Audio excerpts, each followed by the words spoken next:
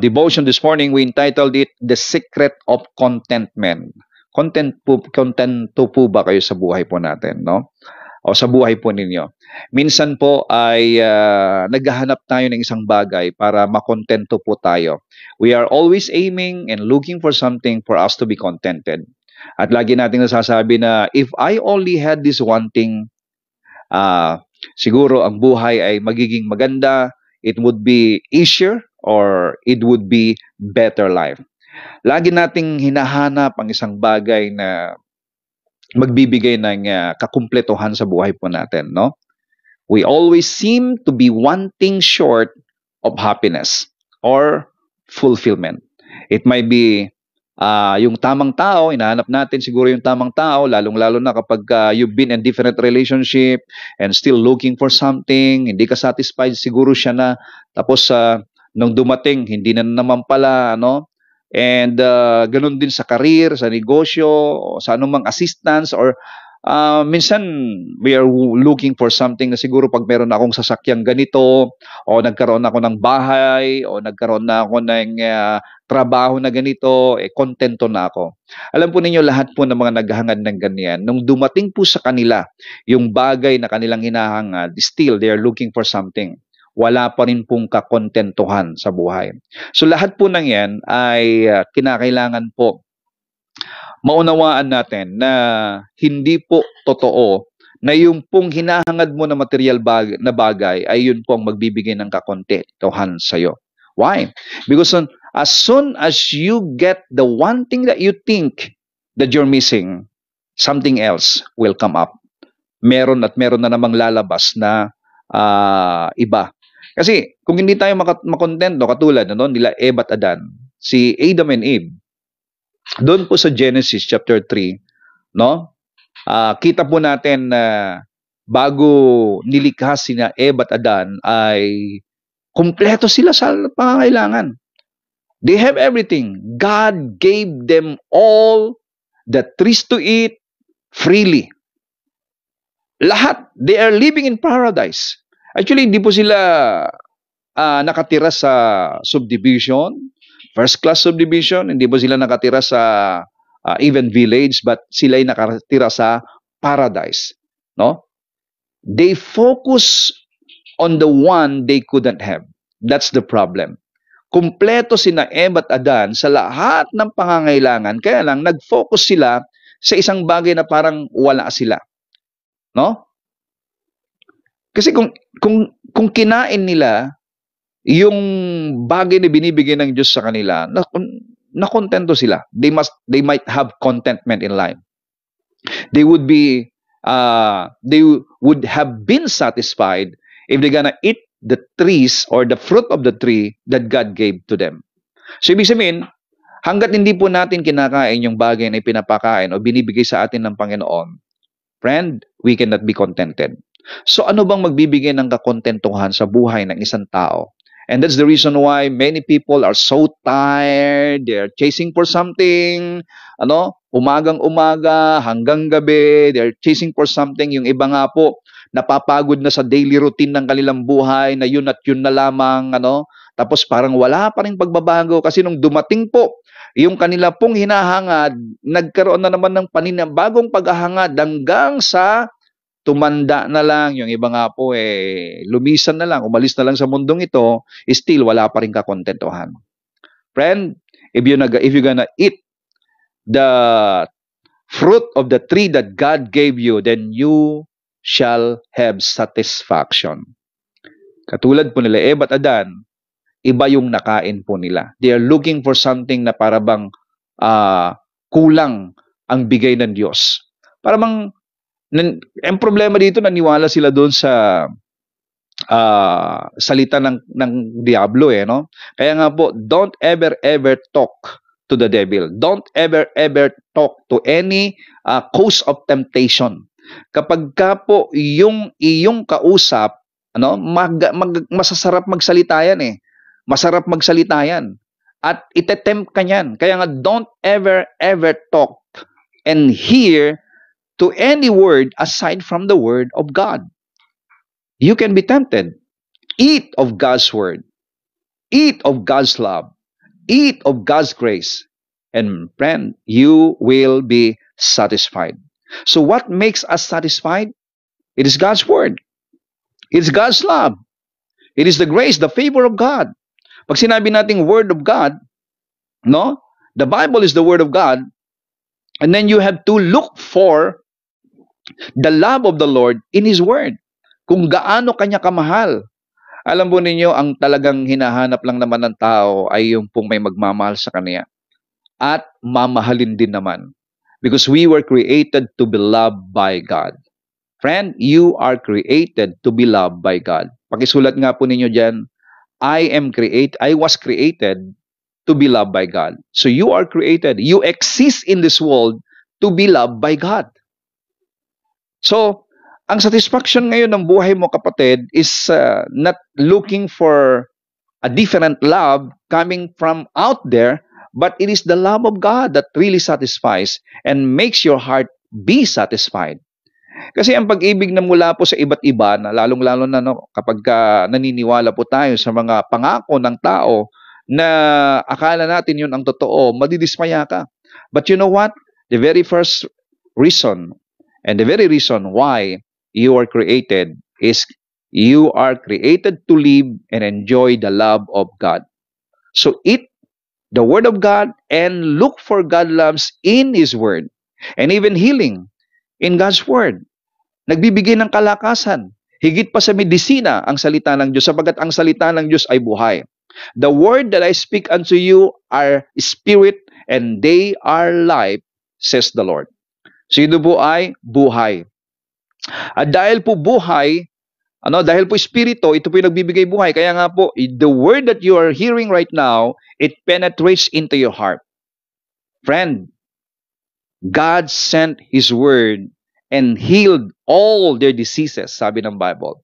And you know what's that word?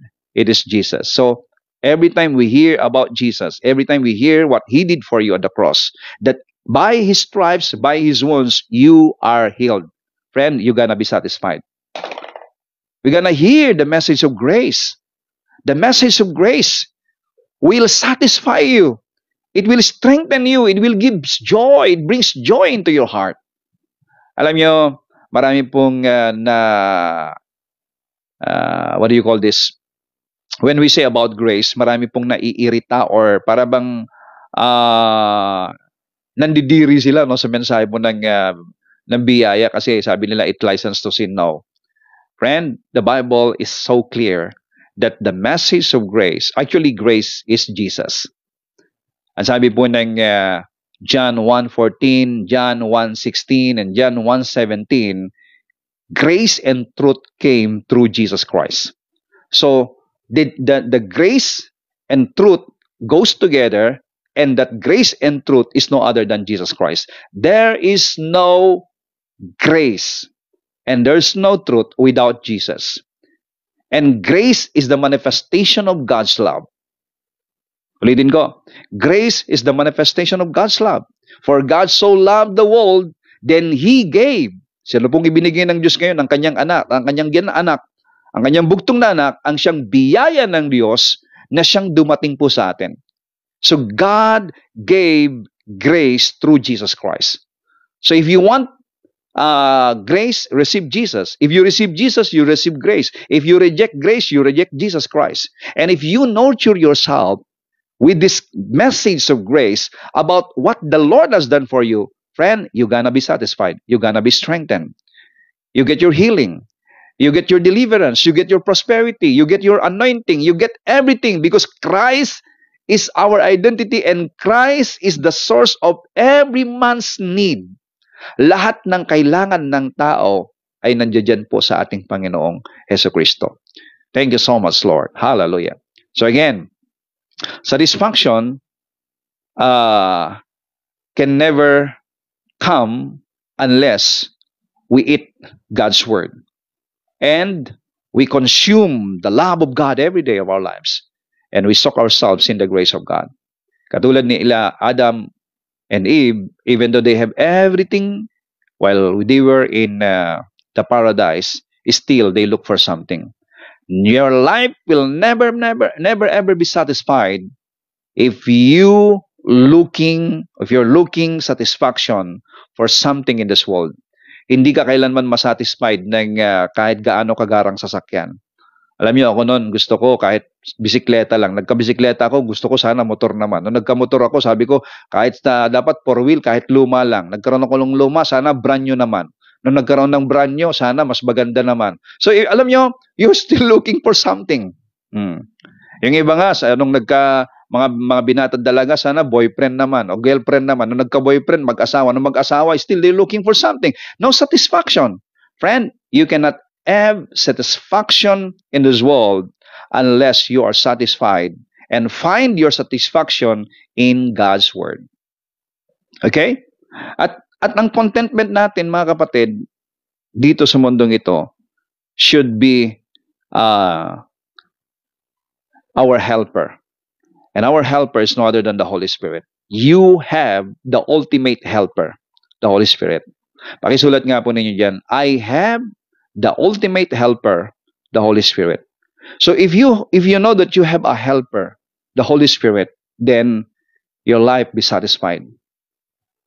No? He will help you accomplish God's perfect will for your life. That is the Holy Spirit. Sabi po ng John 16:13, when He, the Spirit of truth, comes, He will guide you into all the truth. He will not speak on His own. He will speak only what He hears, and when He will tell you what is yet to come. Oh, glory to God. Hallelujah. So that is the Holy Spirit, your ultimate helper. Actually, the Holy Spirit is your helper, not your condemner or the one to kick you when you do wrong or say something bad against you when you do a mistakes. The Holy Spirit is your helper. Therefore, be close to Him. Have fellowship with Him. Alam niyo, kapag tayo po'y walang fellowship sa banal na Espiritu, sa buhay po natin, araw-araw, and I do believe that that's the reason why the Lord gave the Holy Spirit so that you can have fellowship with Him every day, and there you can have a satisfied life, a contented life. You cannot have a contented and satisfied life not unless you learn to have fellowship with the Holy Spirit. No? Because He's the comforter. He's the one who gives you wisdom. He's the one who gives you the bright and brilliant ideas. He's the one who can encourage you. The Holy Spirit. So how to have fellowship with the Holy Spirit? Of course, by singing a song to the Lord with Him. No? Just open your mouth. Actually, just allow the Holy Spirit to use your tongue to glorify God. That's how you have fellowship with the Holy Spirit. Every time you open your mouth, speaking words of praise, word of thanksgiving, words of declaration of God's promises, then you are cooperating with the Holy Spirit because the Holy Spirit want to declare what the Lord has done. Ang mga bagay na ginagawa o ginawa ng Diyos ay gustong-gustong ipahayag ng Banal na Espiritu at gustong-gustong ipatotoo ng Espiritu Santo ang ginawa ng Panginoong Jesucristo dun sa cross ng Kalbaryo. So if you allow and surrender your tongue, your mind to the Holy Spirit, and you allow it to speak, no, those wonderful works of the Lord, then you are in fellowship with the Holy Spirit, thinking God's goodness. At alam nyo, ang trabaho ng Espiritu Santo, ang ipaunawa sa atin ang katotohanan ng bawat salita ng Diyos. The reality of heaven, the reality of God's power, the reality and tangible love of the Lord, that is the work of the Holy Spirit. Kaya nga po, if a person has that fellowship with the Holy Spirit every day of his life, kahit gaano karaming problema, kapatid, you can overcome it. And not only to overcome, but you can enjoy life to the fullest. Oh, glory, hallelujah. In this life is full of troubles. In this life is full of, confusion. In this world, you have tribulation, sabi ng Panginoon. But in me, you have peace. In me, says the Lord. So, how can we get that peace from the Lord? Through the Holy Spirit. By having a fellowship with the Holy Spirit. Kaya kapatid, expect the Holy Spirit to help your weaknesses and strengthen you. The Holy Spirit will come to strengthen you every time you have fellowship with Him. Take time. Huwag puro trabaho. Hindi yung paggising sa umaga, then, no? Pagbaba sa higaan, trabaho ka agad. Nasa higaan pa lang, trabaho na kaagad ang nasa isipan. Friend, when you wake up in the morning, the first thing you do is meditate on God's goodness. Just give Him thanks. Pasalamatan siya. Kahit gaano karaming trabaho mo, kahit na tambak pa yan, gabundok na trabaho, kapatid, first things first. You have to tune in first and foremost your mind and your heart to the goodness of God, to the plan of God, to the promises of God, and allow the Holy Spirit to worship God through your tongue. Okay? And expect the Holy Spirit will help you on your weaknesses. Kasi kapag umagang-umaga pa lang, ang maiisip mo kaagad, sa dami ng trabaho, tapos parang hindi mo na kaya, parang napapagod ka na, at super exhausted ka na, yung katawan mo, bumibigay na, at iniisip mo palang nanghihina ka na, kapatid, manghihina ka talaga. You cannot enjoy life. Oh, glory to God. But when you allow the Holy Spirit to worship the Lord, to declare God's goodness, sing the Lord together with the Holy Spirit. Speak in tongues. Ano? Speaking in tongues means you are allowing the Holy Spirit to use your tongue to speak something that you might not understand, but it is the Spirit of the Lord praising God. No? Actually, ang Holy Spirit hindi nagtatangs.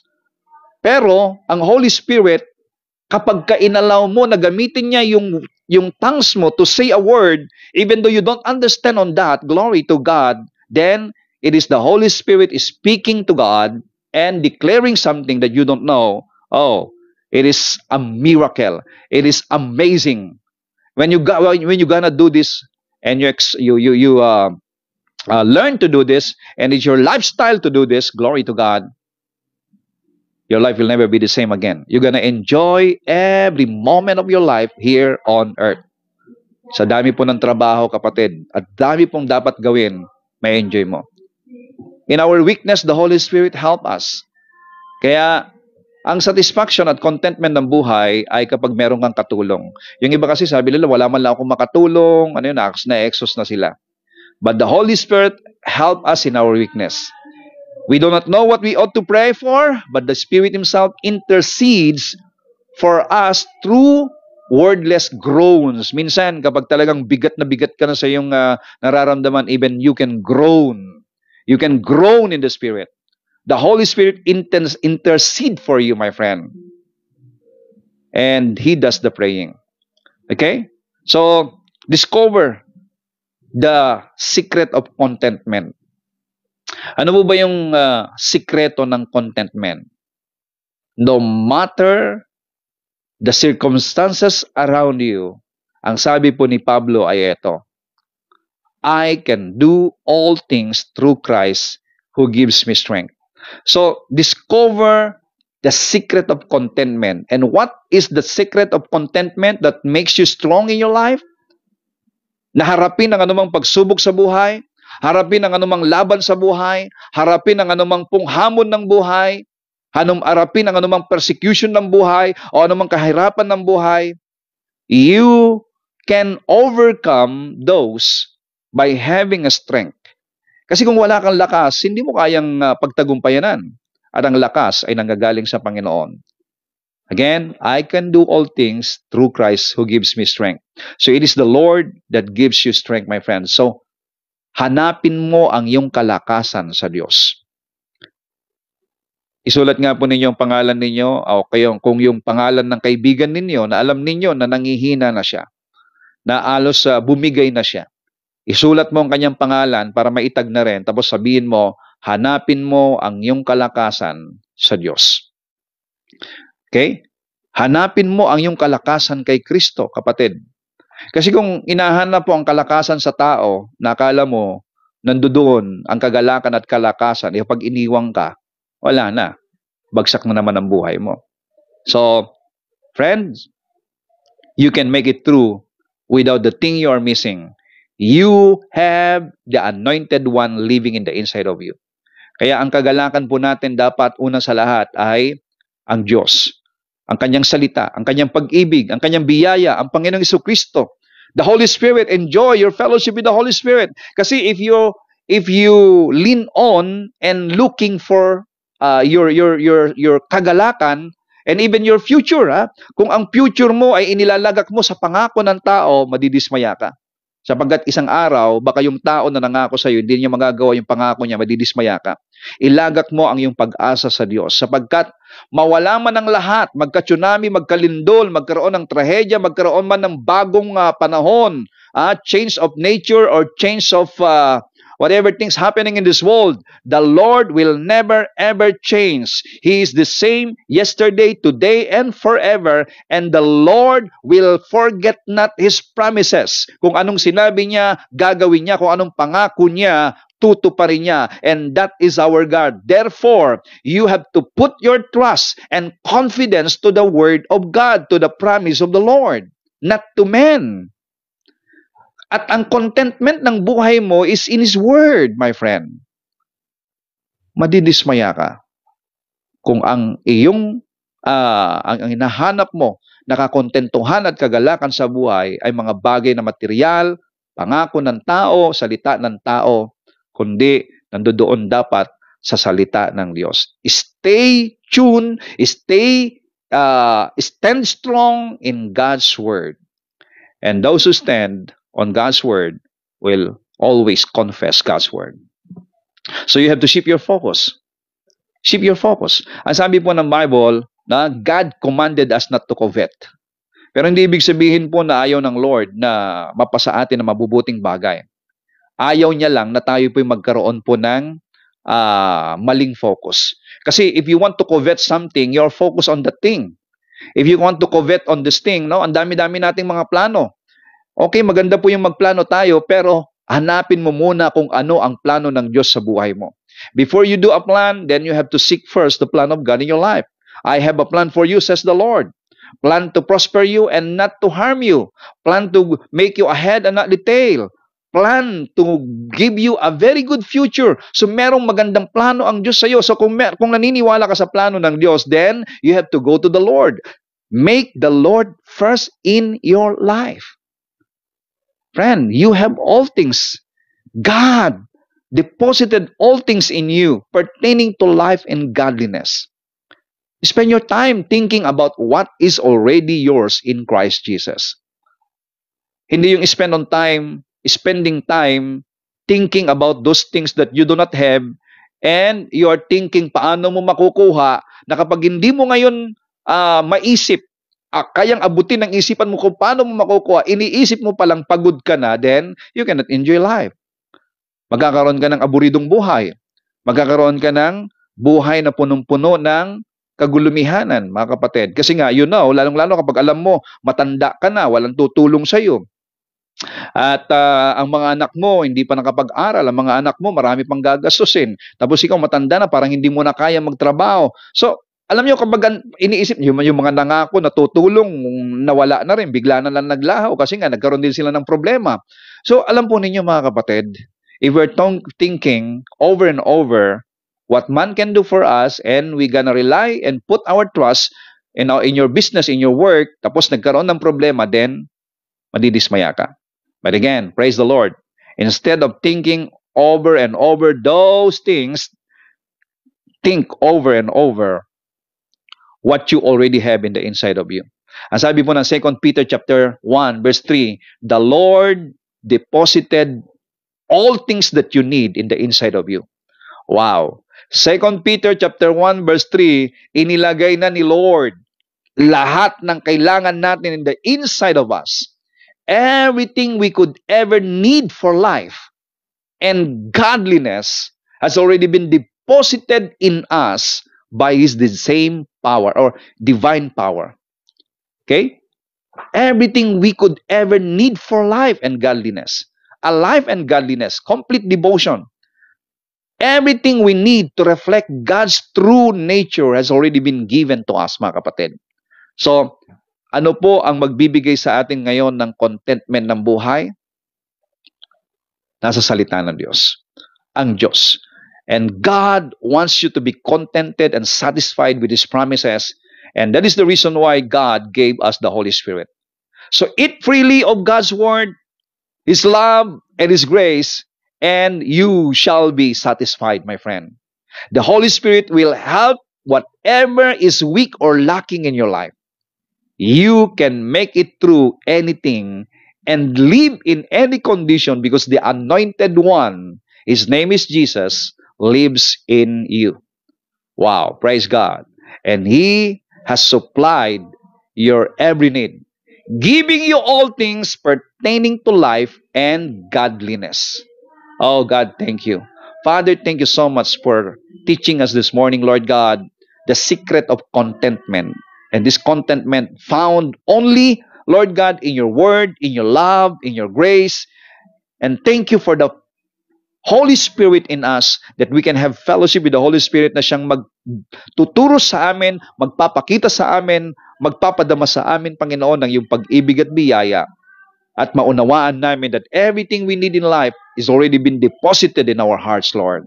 So I bless everyone, Father, joining this morning, together with their loved ones, together with their friends to God.